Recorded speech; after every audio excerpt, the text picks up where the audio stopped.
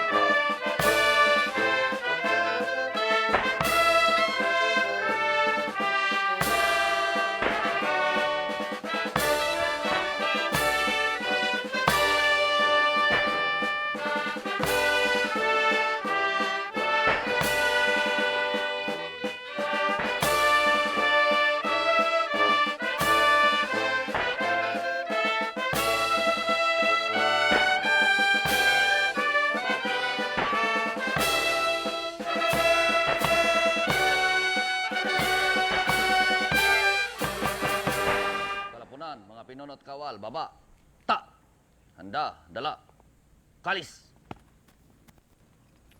Baba, ta!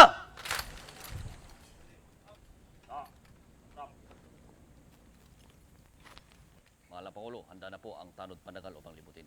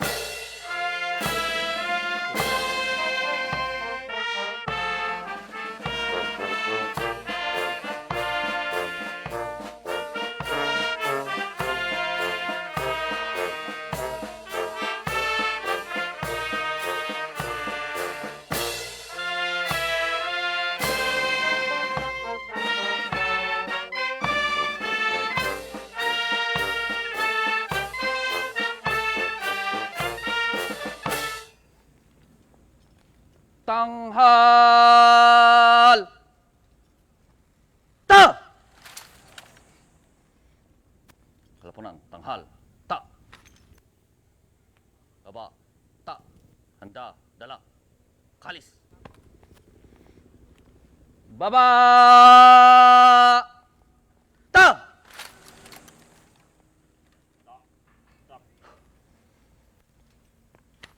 Malang Polo, tapos na po ang parangal. Sa ating mga tropa ang aking pasasalamat sa kanilang pagbigay talang ng itong araw na ito. Mga kasama, pinapaabot ng ating mahal na Pangulo, kagalang-galang Ferdinand R. Marcos Jr., Pangulo, Republika ng Pilipinas, ang kanyang taos-pusong pasasalamat sa ginawa natin parangal sa kanya sa umagang ito. Baba, kalis.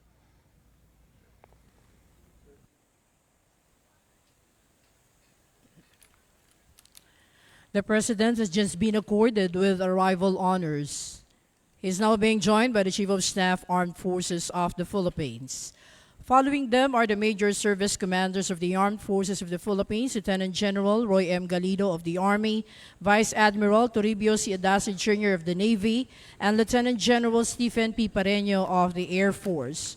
Also with them, the Chief of the Philippine National Police, Police Major General Romel Francisco Marbil, and the Commandant of the Philippine Coast Guard, Admiral Ronnie Hill L. Gavan. The President will proceed to the dambana ng Kagitingan for the wreath-laying ceremony.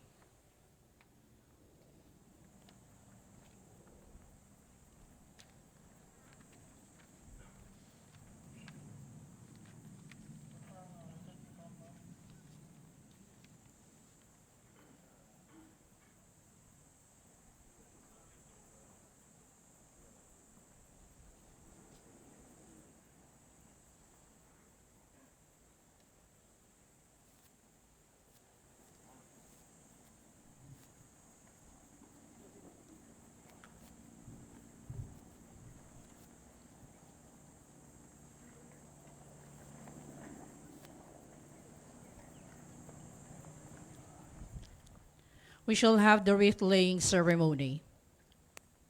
Handa, dala, kalis. Tanghal. Ta! Kalopunan, mga pinuno at kawal, tanghal. Ta! Ladies and gentlemen, the national anthems of the Republic of the Philippines, United States of America, and Japan.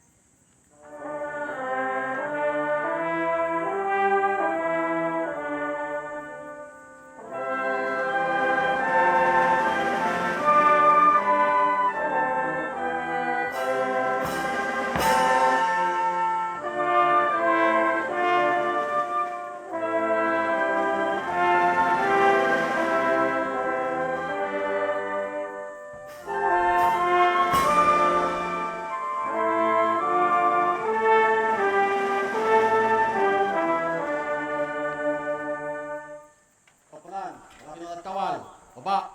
Ta. Da. Dala. Alis. Baba. Ta.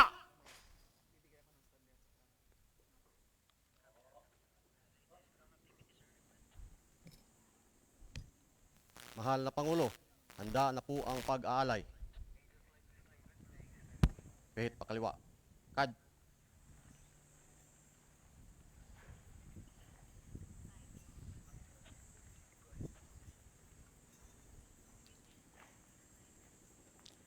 The first to offer the wreath is the Ambassador Extraordinary and Plenipotentiary Embassy of Japan, His Excellency Endo Kazuya.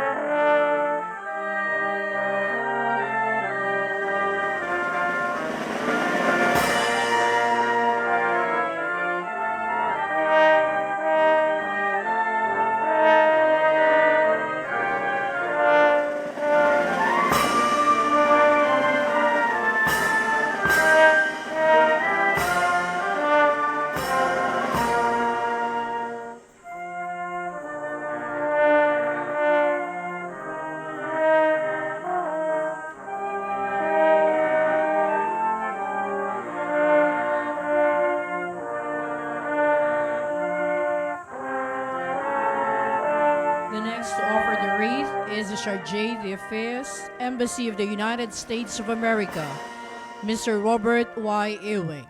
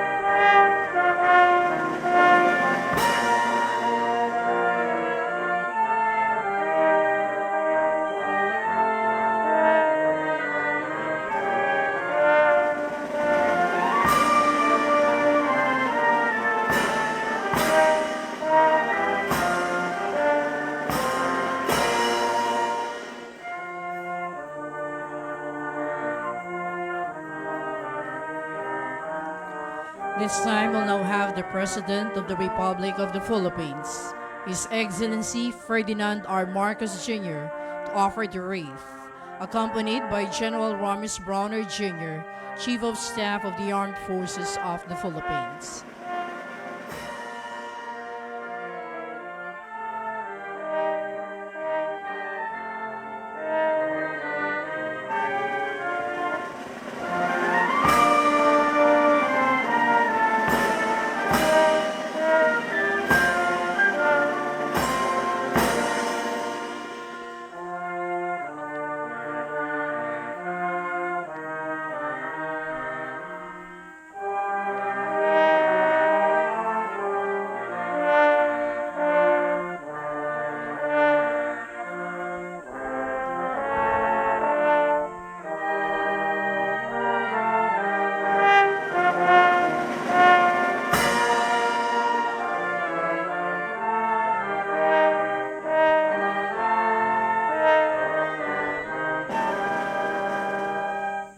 Handa.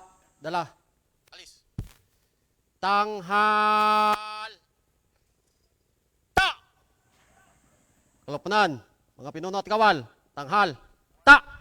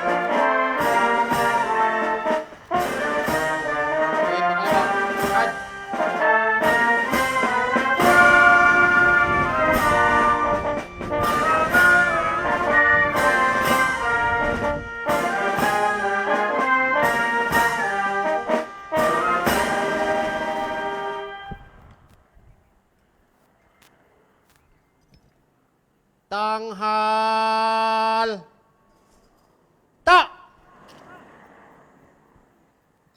Kalapunan, tanghal, ta! Kalapunan, baba, ta! Dala, alis. Baba, ta!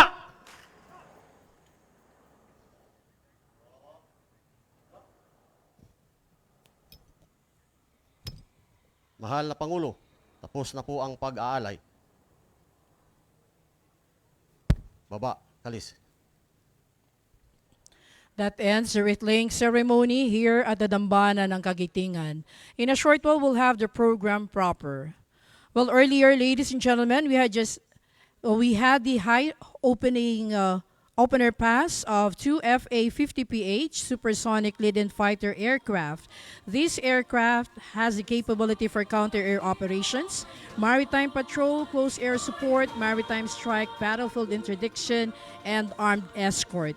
Tagas-Agila ng Pilipinas, the aircraft to date has proven to be the most lethal weapon system, able to perform diverse and versatile role in performing air defense and surface attack of the Philippine Air Force. On the other hand, we also have other air assets, the UE and Wingman under the 505th Search and Rescue Group, which conducts air search and rescue operations in support of armed forces' missions and that of civilian agencies.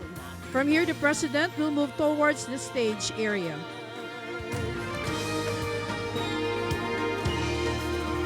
Panahon na magbabago at iayos ang mga dapat ayusin.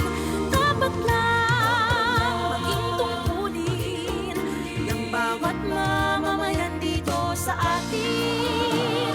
Gawin ng pagbabago patungo sa pag-asenso, magsikap ng mabuti at nang guminhawa tayo. Malaki natin sa mundo at ipamalas ang bagong Pilipino at bagong Pilipinas. Panahon na ng pagbabago, ang Pilipino din ang sarili natin. At nawala ng ugali, ay sasay ka sa amin ang natin. Panahon na ng pagbabago at mamunan sa kahit anong larangan. Ang tagumpay ay karangalan. Alay o ihandog natin sa bayan. Ang ulit ng napatunayan ng Pilipino, ang husay at lakas, kagandahan at talento. Makipagpaligsahan kahit anong oras, ang bagong Pilipino at bagong Pilipinas.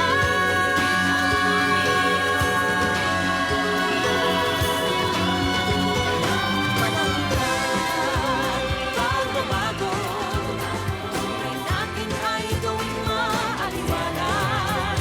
Marami ang magandang bukas, subunga ng bagong Pilipinas.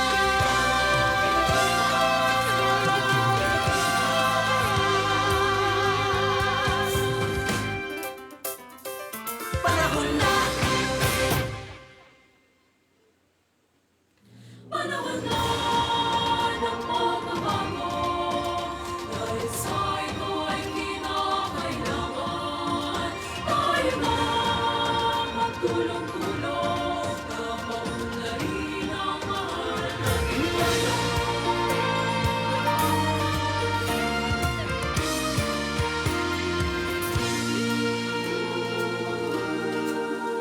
Panahon na ng pagbabago, dahil sa ito ay kinakailangan. Tayo na magtulong-tulong na paunlarin ang mahal nating bayan.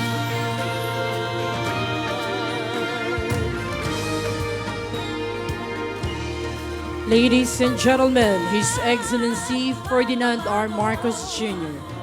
Iayos ang mga dapat ayusin. Dapat lang maging tungkulin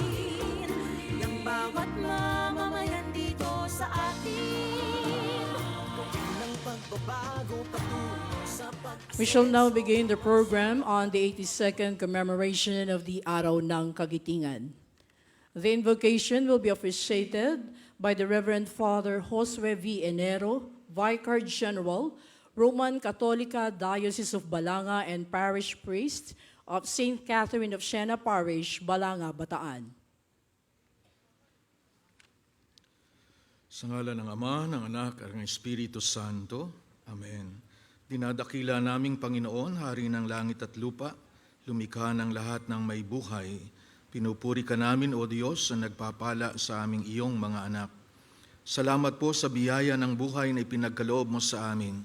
Nagkakatipon po kami ngayon, umaga, upang alalahanin ang kagitingan ng mga Pilipino at mga dayuhang sundalo na nagbuwis ng kanilang buhay para sa bansang Pilipinas.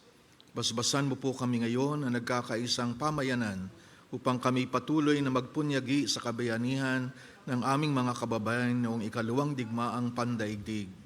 Basbasan mo po ang mga veteranong nandito ngayon upang sila'y magdiwang sa kalayaan at kapayapaang kanilang pinagwagian.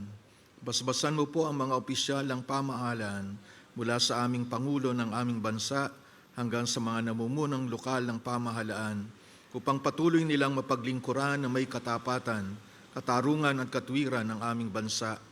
Sa amin pong pagtitipon ngayon, Panginoon, buklorin mo po kami ng may espiritu ng kagalakan upang maparangalan ang mga bayani ng digmaan.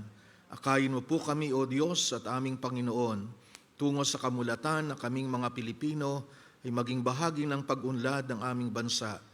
Akayin mo din po kami sa espiritu ng pagtutulungan upang sila na nasa laylayan ng lipunan ay maakit namin na makiisa sa gawaing mapaunlad ang aming pamayanan. Gawin mo po kaming mga kasangkapan mo sa pagtupad ng kalooban ng Diyos Ama na maging masunurin sa saligang batas ng aming bansa tulad ng pagiging masuro namin sa batas ng iyong pag-ibig. Gawin mo po kaming instrumento ng pakikipagkasundo upang ang nagkakawatak-watak na mamamayan ay mabuklod sa pagkakaisa tungo sa mapayapang pagbabago ng sambayanan.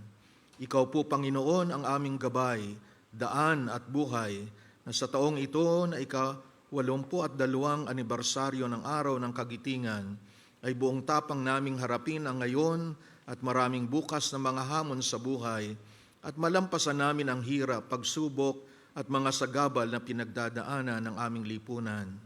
Ang lahat po ng ito ay aming hinihiling sa matamis mong pangalan na iyong anak na si Jesus, kaisa ng Espiritu Santo, ngayon at magpakailanman. Amen. Sa ngalan ng Ama, ng Anak at ng Espiritu Santo. Amen. Please remain standing for the ceremonial tolling of the bell with veteran Felicissima Pajarin de la Cruz and Yeshua Brylan S. Torres, a grade 7 student of Luwaca National High School, Dinalupihan District.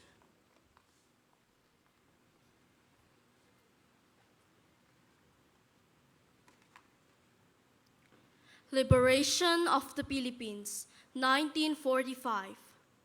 The liberation of the Philippines was not earned for free. Let us give a moment of silence for those who paid the price of freedom for our motherland. It is for them that the bell tolls. First, for the defenders of Bataan and Corregidor, who fell victims to the infamous Death March. They clung to life and refused to die until they could refuse no more. Second, for the Filipino and foreign forces who bitterly fought and died for the liberation of the Philippines. Through perilous seas, ruined towns, and jungle-clad mountains, they crawled their way to victory to liberate the motherland. Third, for the civilians who perished in the flames of war, caught in the crossfire of warring nations, nostalgic of the past, uncertain of the future, they endured through sickness and starvation in the hopes of a peaceful tomorrow. Fourth, for the guerrillas and civilians who, without certain back pay or recognition, fought like enlisted soldiers and commissioned officers. They went to the fray out of self-will, facing the severe consequences of retribution and death from the enemy. Fifth, for the officials and civil servants who remained behind enemy lines while others fled, with the firm conviction of serving the country until the very end. They offered the supreme sacrifice and faced execution. Sixth, for the women and children tortured and killed in the most atrocious ways, may their harrowing stories never be forgotten and ignored. Justice alone can give them rest. And lastly, for the living veterans who carry the stories and legacies of bravery and valor, especially of their fallen comrades. Through them, we learn the heroism of Filipinos, even the smallest and simplest contributions they gave for the motherland. Their presence is an honor for all of us. We will remember those who fell in the night so we may rise to see the dawn. They bequeathed us life and liberty, as well as the duty to cherish and defend them like they did 82 years ago. In the present, let us work for the peace that our forebears fought and died for. Thank you. Please be seated.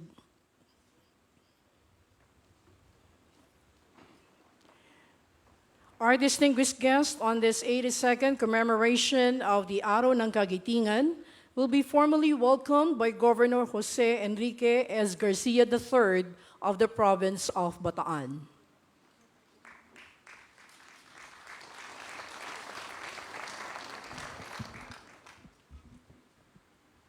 A pleasant morning to everyone, to our beloved President, His Excellency, President Ferdinand Marcos Jr.,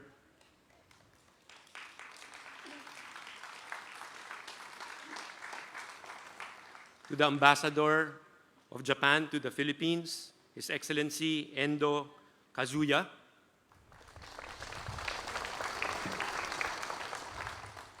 United States of America Charge d'Affaires, Robert Ewing,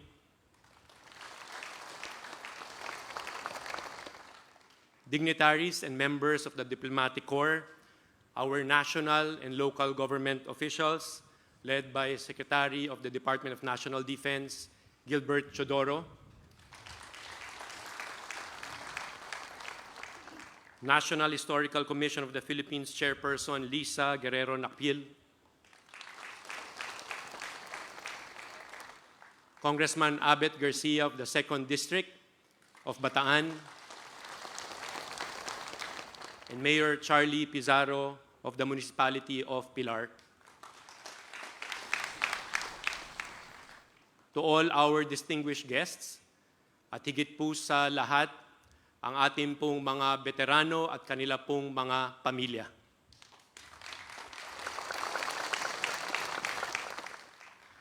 Taon-taon, tuwing ika-9 ng Abril, nagiging sentro po ng atensyon ng buong mundo ang lalawigan ng Bataan upang mulit-muli alalahanin hindi ang kasawian at kamatyagan, kaakibat ng Fall of Bataan, kundi ang kabayanihan na ipinamalas ng ating mga gerila at sundalo noong ikalawang digmaan pandaigdig.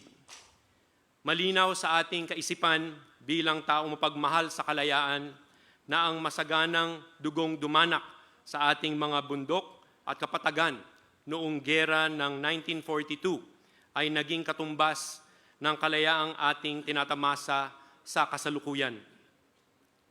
Inspirasyon po ang kabayanihang ito sa ating lahat, kaya minarapat ng ating dating Pangulo, Ferdinand Edralin Marcos, na itayo ang dambana ng Kagitingan dito sa bundok ng Samat. Ito ay isang bantayog na ating binabalik-balikan upang hindi makalimutan ang mga aral ng kasaysayan patungo sa layuning hindi na maulit ang mapait na karanasan ng digmaan. In wars, there are no victors. Ito man lang ang maiwan nating kaisipan sa mga bagong henerasyon. Kada taong inaalala natin ang kahalagahan ng April 9. Sulit na ang pagbibigay daan natin sa pagtuklas ng mga kabataan sa katotohanan ito. Sa aming mga Bataenyos, natatangi po ang karangalan ng Araw ng Kagitingan dahil dito mismo sa aming lupang sinilangan nangyari ang kabayanihan. Nakipaglaban ang mga Pilipinong matapang at tapat, kaya po sila'y pinagmamalaki natin sa buong mundo. 82 taon na ang nakaraan, subalit hindi lingid sa ating kaalaman na tila'y patuloy pa rin ang mga pagsubok di lamang sa Pilipinas, kundi sa buong mundo. Sabay-sabay ang mga gerang namamayani sa ating panahon. Sa paggunita natin sa Araw ng Kagitingan ngayong taong 2024, alam kong iisa tayo sa panalangin, naway bigyang saysay ng bawat isa ang mga aral ng kasaysayan, tunay na maisabuhay ang respeto, pagbibigay karapatan, kababaang loob at hustisya. Naniniwala po akong sa mga katangiang ito natin, tunay na maipamalas ang totoong pagmamahal sa bayan. Dahil kung tunay tayo nagmamahal sa bayan, uunahin natin ang kapakanan ng ating mga kababayan. Tandaan po natin, walang bayan kung walang kababayan. Kaya po dito sa Bataan, pangunahin sa amin ang pagbibigay ng mataas na pagpapahalaga sa buhay at kalusugan ng bawat pamilyang Bataenyo.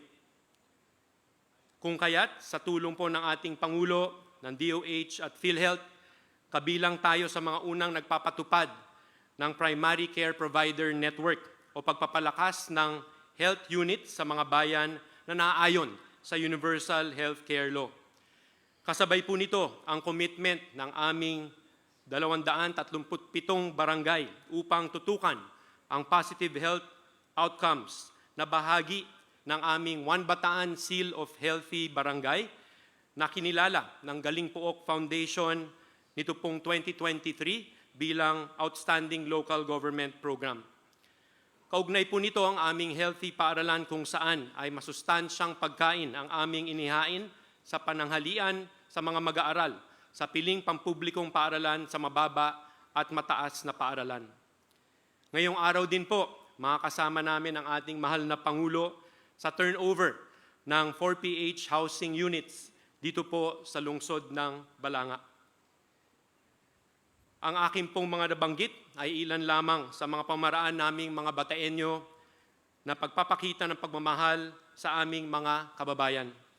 Sa aking pagtatapos, bayaan ninyong pasalamatan ko ang lahat ng ating mga panauhing nagbigay ng panahon upang bumisita at bigyang halaga ang aming lalawigan sa pag-aalaala ng dakilang araw na ito. Tanggapin po ninyo ang aming taus-pusong pasasalamat at mainit na pagmamahal. Isang pagpupugay sa ating mga veterano at maligayang paggunita ng Araw ng Kagitingan sa ating lahat. Maraming salamat po. Thank you very much to Governor Jose Enrique S. Garcia III of the province of Bataan. May we now have the overview of today's event from the National Historical Commission of the Philippines, Chairperson Lisa Guerrero Nakpil. On behalf of the National Historical Commission of the Philippines, good morning, Mr. President and Commander-in-Chief, His Excellency Ferdinand R. Marcos Jr., Ambassador Kazuya, Honorable Mr. Ewing, Chief of Staff General Bronner, Governor Garcia, Congressman Garcia, Mayor Pizarro, illustrious guests. Today and every year, we remember the Filipino soldier, and with him, ang tapang, tibay, at talino ng Pilipino. Forged in the crucible of Corregidor and Bataan, facing a formidable enemy, our soldiers became the inspiration and symbol of our armed forces, and indeed of our entire nation. Ito ang tapang ng Pilipino. On that cruel day, on April 9, 1942, 60,000 Filipino soldiers and 10,000 Americans embarked on a march where the most strong and the most valiant would be tested. They endured hunger and thirst, disease and desperation, marching to camps in Tarlac, Cabanatuan, and even to distant Manchuria. But they marched on, taas noo.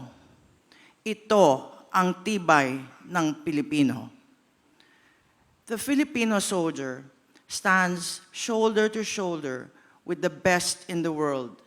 He fights with his wits and all of his God-given talents. Ito ang talino ng Pilipino. At dahil sa tapang, tibay, talino ng Pilipino, we will always emerge victorious in spirit and against all odds. For their glorious example, the Filipino nation, our nation, will always be in the debt of the men of April 9. Maraming salamat sa inyong lahat. Thank you. Thank you very much to the National Historical Commission of the Philippines Chairperson Lisa Guerrero Nakpil. From here, ladies and gentlemen, the Ambassador Extraordinary and Plenipotentiary, Embassy of Japan, His Excellency Endo Kazuya, will give his message.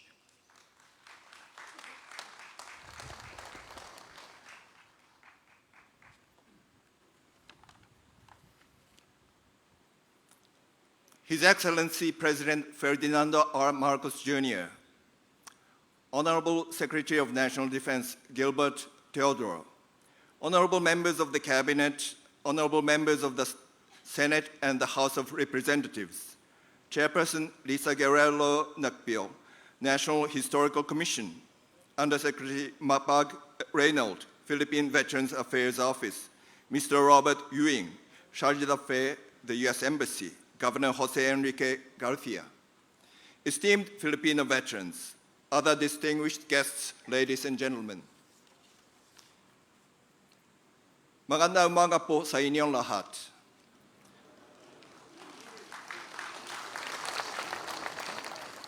As I said about in fulfilling my duty to become a bridge between Japan and the Philippines, I'm deeply honored to join you today in solemnly commemorating the brave souls of Filipino people. I stand here with a profound sense of reverence on the hallowed grounds that bore witness to the Battle of Bataan 82 years ago. Facing the history and reflecting on the bravery of those who made the ultimate deeds and sacrifice during the war is the very foundation of our future-oriented relationship. My heartfelt condolences go out to their families who carried the burden of their loss. To the war veterans with us today, whose service played a vital role in the peace and freedom we embrace today, my sincerest respect and gratitude is with you. Japan-Philippines friendship rose from the ashes of conflict almost 8 decades ago.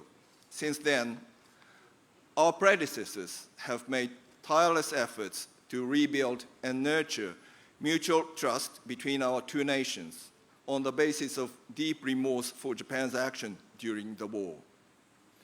Now, Japan and the Philippines have overcome the shadows of the bitter past to be strategic partners and the closest of friends, built upon a foundation of mutual respect, trust, and shared values. Our partnership has substantially deepened in all areas. Last year, President Marcos's visits to Japan and Prime Minister Kishida's visit to the Philippines brought into fruition of a transformative and forward-looking strategic partnership. Particularly, at the summit meeting last November, we welcome the start of negotiations on the reciprocal access agreement, of which two countries have reaffirmed close coordination in order to reach an early conclusion. Amidst the increasing complexity surrounding the regional and international realm, Japan places a pivotal importance in upholding the right to freedom of navigation and overflight and respect for maritime rights under international law. Japan, over the years, has conscientiously enhanced cooperative efforts with the Philippines and other like-minded countries. On the day before yesterday, Japan and the Philippines participated in maritime cooperative activity in the South China Sea together with the United States and Australia. Guided by the vision of a free and open Indo-Pacific, Japan strives to actualize concrete projects that bolster the maritime domain awareness and maritime law enforcement capabilities of the Philippines. The newly established cooperation scheme, the Official Security Assistance, will serve to provide coastal radar systems to the Philippines Navy.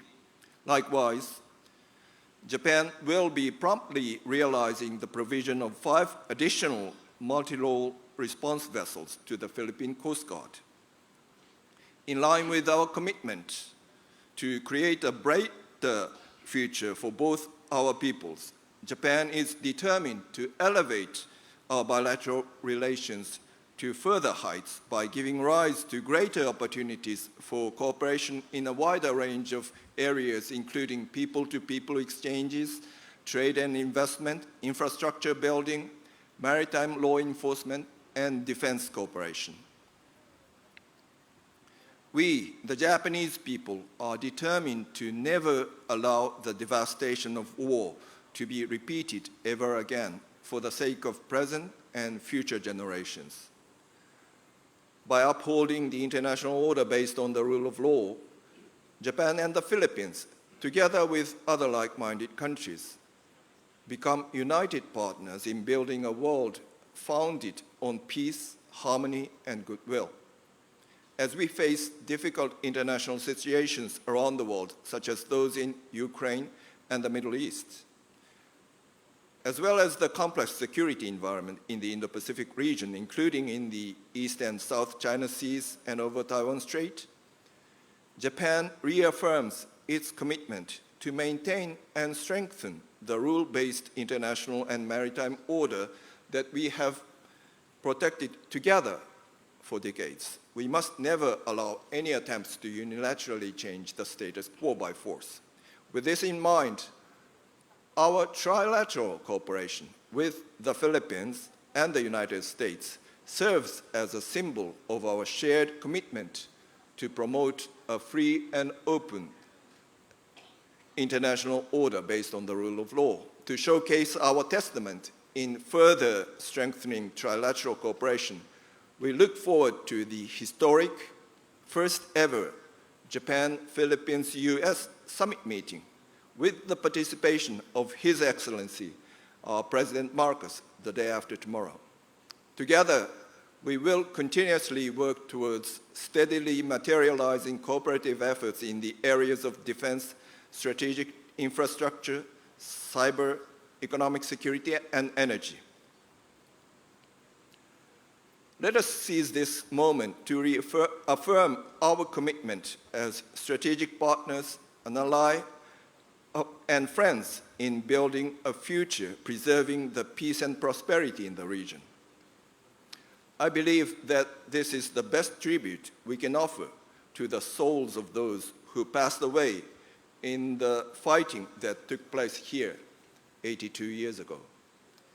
Ladies and gentlemen, I assure you all that Japan and the Philippines will continue to cooperate fully in ensuring greater progress and prosperity for our nations and the world at large in times of both crisis and prosperity. Once again, please allow me to express my sincere gratitude and respect to all the veterans who fought for the peace of the nation and the world. Mabuhay ang pagkakaibigan ng Japan at Pilipinas. Maraming salamat po sa inyong lahat.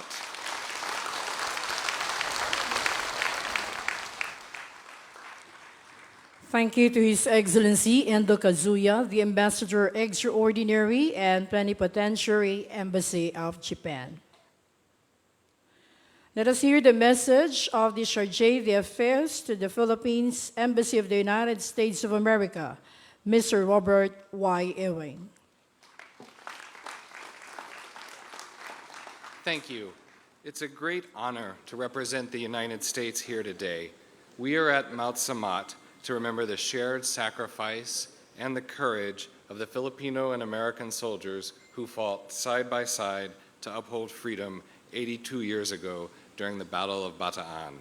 The commemoration of the Day of Valor reminds us of the power of the human spirit and the ability to persevere and preserve during the darkest of times. It also gives us the opportunity to pause and reflect on the profound stories of our veterans and their devastating experiences during World War II. It makes the peace and the freedom that we experience today even more cherished as we recall the sacrifices that made it possible. At this site, 82 years ago, Filipinos and Americans endured the trauma of World War II. Many did not survive. Following the war, our nations worked to rebuild together. The rebuilding strengthened the bonds between the United States and the Philippines, evolving into the ironclad relationship we cherish today. Our story does not end there. I am inspired that today, 79 years after the liberation, we see the extraordinary cooperation that once enemies are now undertaking for our common good. The United States, the Philippines, and Japan are working together today on advancing our shared priorities. We are finding more areas to develop our trilateral cooperation. Last year, the Philippines, the US, and the Japanese Coast Guards carried out their first trilateral joint exercises. Weeks later, the national security advisors of all three nations met together to discuss matters of mutual concern and areas for cooperation. And a few months later, the US Secretary of State, Philippine Secretary of Foreign Affairs, and Japanese Minister of Foreign Affairs met to continue that conversation. This week, President Biden will host President Marcos and Japanese Prime Minister Kishida at the White House for the first Trilateral Leaders Summit. They will advance a partnership based on deep historical ties, robust economic relationships, a resolute commitment to shared democratic values, and a shared vision for a free and open Indo-Pacific. Could anyone in 1945 in any of our countries possibly have imagined the extraordinary state of our relationship and that cooperation today? Here on Mount Samat, we recommit ourselves to the quest for peace. We stand united with the Philippines as friends, partners, and allies. On behalf of the United States, I offer our deepest gratitude to all the veterans and their families joining us today. Thank you for your service, thank you for your sacrifice, and thank you for the enduring alliance of the Philippines and the United States service members who stood shoulder to shoulder in the name of freedom. Thank you very much. Good morning.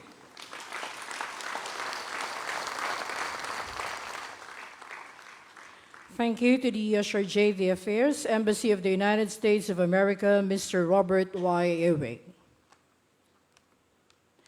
The guest of honor will now be introduced by Secretary Gilberto C. Chidoro Jr. of the Department of National Defense.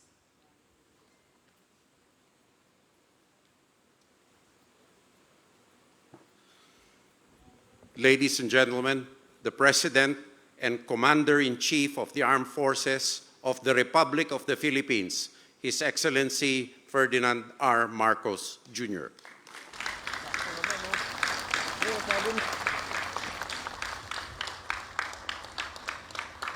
Thank you very much, Secretary Gilbert Chidoro, for your kind introduction. Please take your seats.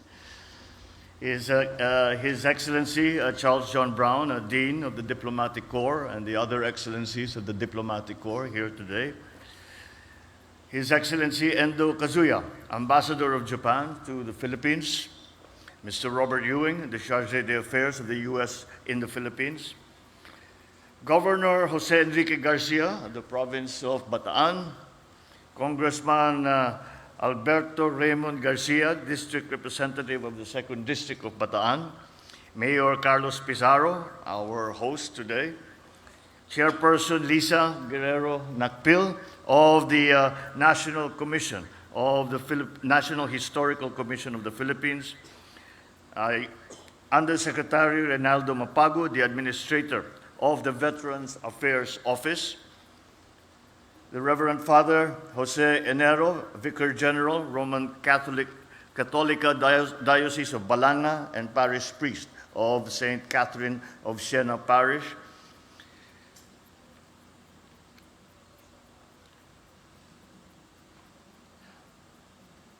Miss Yeshua Brylan S. Flores, Grade 7, Luwakan High School, Dinalupihan District, and Mr. Felicissimo Paran de la Cruz, World War II veteran, and of course, the most important guests that we have here are the veterans not only of the Second World War, but all of our veterans who are here today. My fellow workers in government, ladies and gentlemen, good morning. We gather here today in annual remembrance of the series of events of 1942, which all of us Filipinos hold dearly to our hearts.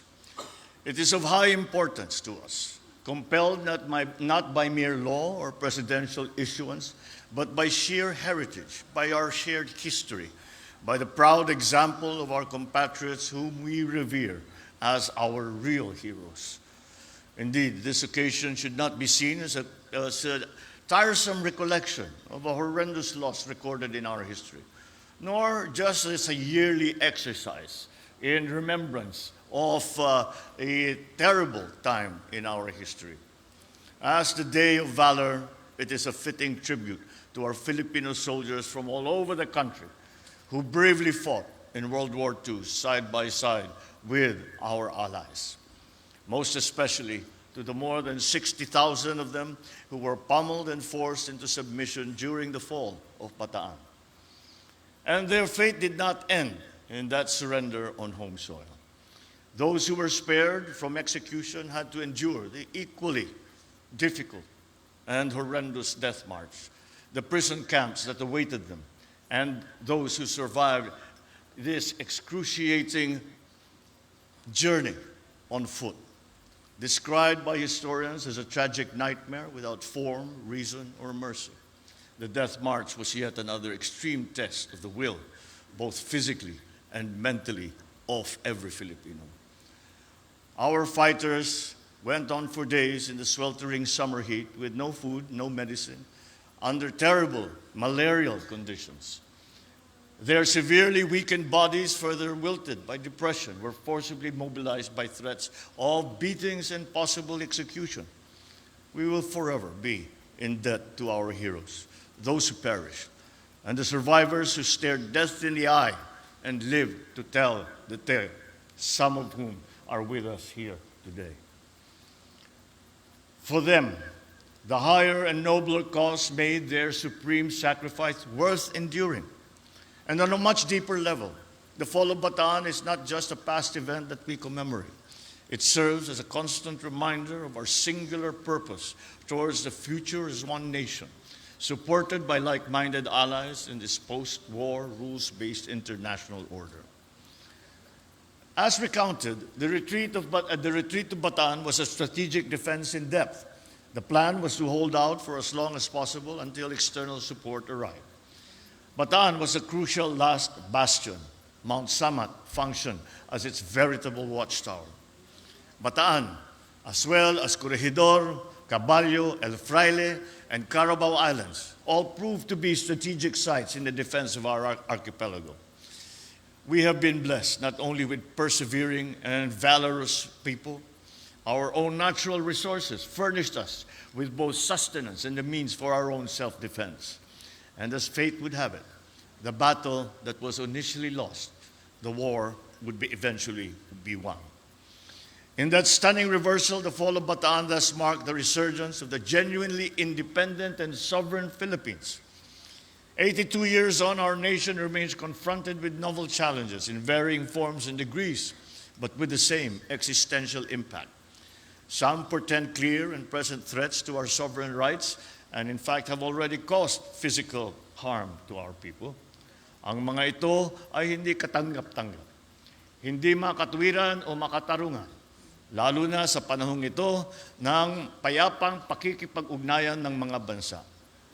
Naway magsilbing inspirasyon ng mga kaganapan noong 1942 at ang tagumpay natin noong 1945 sa ating lahat.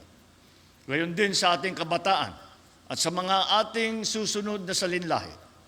Tulad ng pinamalas ng ating mga dakilang ninuno, hindi tayo dapat magpasupil at magpaapi, lalo na sa loob ng ating sariling bakuran. Naway, mapagkunan natin ito ng pang-ibayong kamalayan, tapang at lakas ng loob. Higit sa lahat, naway patuloy nitong pagtibayin ng ating pagkakaisa at ang ating pagiging makabansa. We must leverage these lessons if we are to safeguard the future of our republic. The sacrifices of our heroes must galvanize us and strengthen our national consciousness, our patriotic spirit. The present-day armed forces continue this noble duty of safeguarding our nation's security and our sovereignty.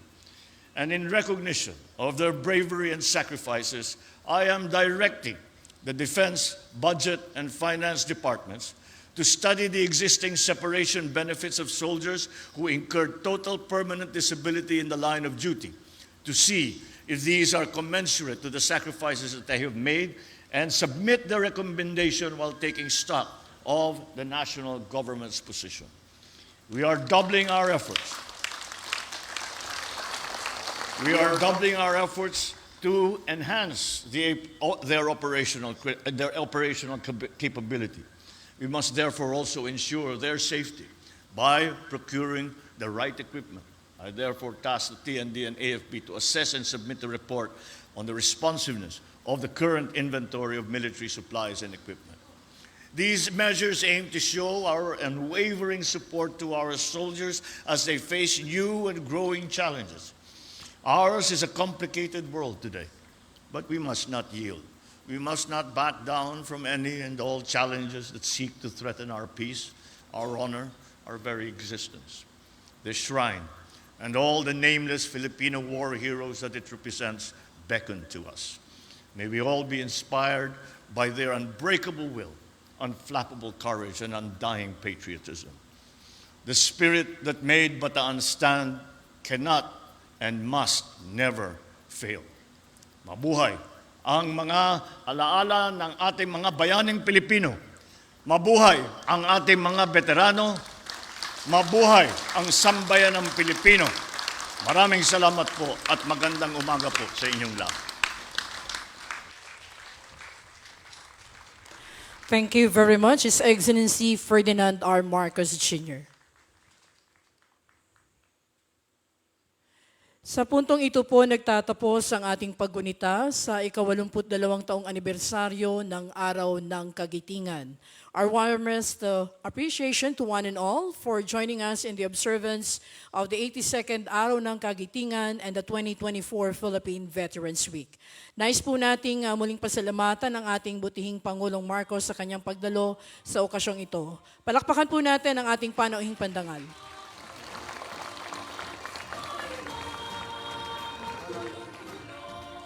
Isa rin pong masigabong palakpakan para sa ating mga veterano.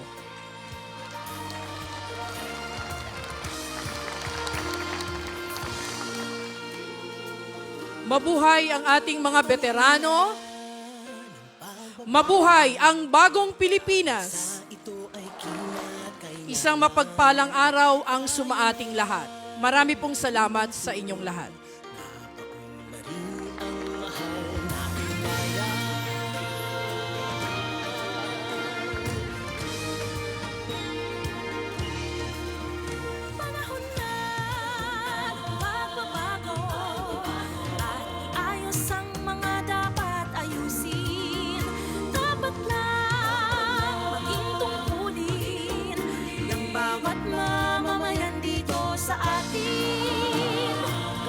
muli po ang Pangulong Ferdinand R. Marcos Jr. Magsikap ng mabuti at nang kuminhawa tayo. Itago malaki natin